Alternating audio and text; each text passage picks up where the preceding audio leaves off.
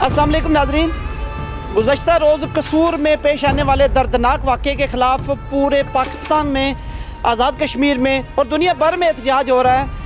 इस वाक़े में जो 8 साला नन्ही बच्ची जो ज़ैनब है उसको बेदर्दी से कत्ल किया गया है।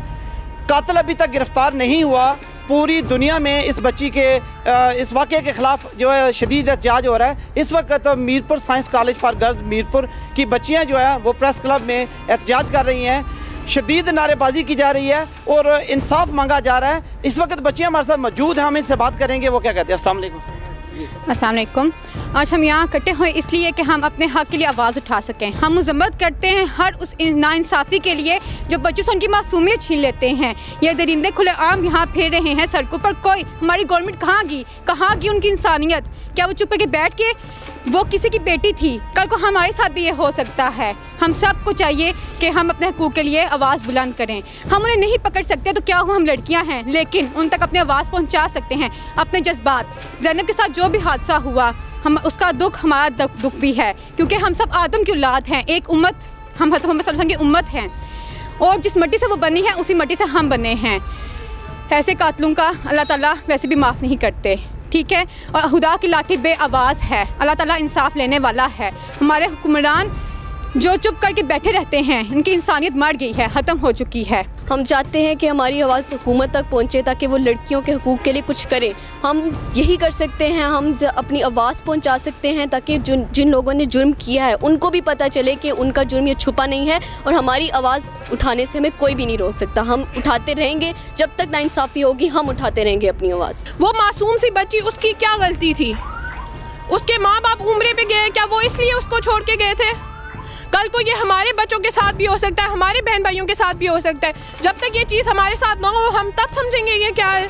इवन कसूर शहर में ही इससे पहले भी इस किस्म के वाक़यात हो चुके हैं। बेसिकली देखा जाए तो हमारे मुल्क में रूल्स रेगुलेशन की बात करें तो मौजूद तो हैं आइन की हद तक, लेकिन उन पर इम्प्लीमेंटेशन नहीं हो रही।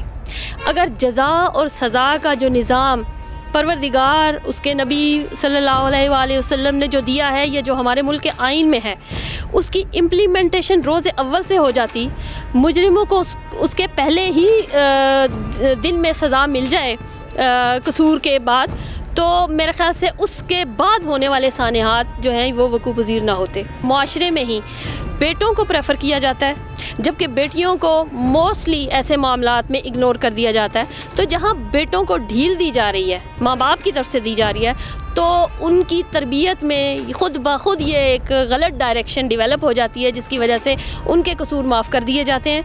तो ये माओ की तरबियत में अब इस फैक्टर को भी आना चाहिए, जिसके लिए मीडिया ये अपना रोल प्ले कर सकता है। ये बहुत बड़ा कसूर कर दिया किसी ने, जिसने ना सिर्फ एक जो मासूम है उसका कत्ल कर दिया, उसका खून बहा दिया, मासूमियत छीन ली, ज़िंदगी छीन ली, बल्कि जो उसके वालिदैन हैं उसका भरोसा तोड़ दिया।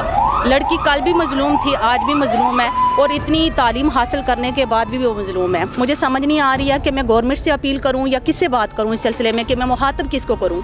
मेरा मुखातब ये इस्लामी जमहूरिया पाकिस्तान है, जिसकी बुनियाद इस्लाम के उसूलों पर रखी गई, लेकिन इस्लाम के उसूलों पर रखे गए इस मुल्क की जो बुनियाद है उसमें हमारे जो लोग हैं वो क्या कर रहे हैं, मर्द क्या कर रहा है, इस माशरे का मर्द क्या कर रहा है। ये एक फ़र्द का काम नहीं है, ये पूरी ममलकत का काम है कि मिलकर काम करें। ये ना सिर्फ हुक्मरानों को मैं कहती हूँ कि वो करें, बल्कि सबसे पहले तो वालिदैन करें ऐसा।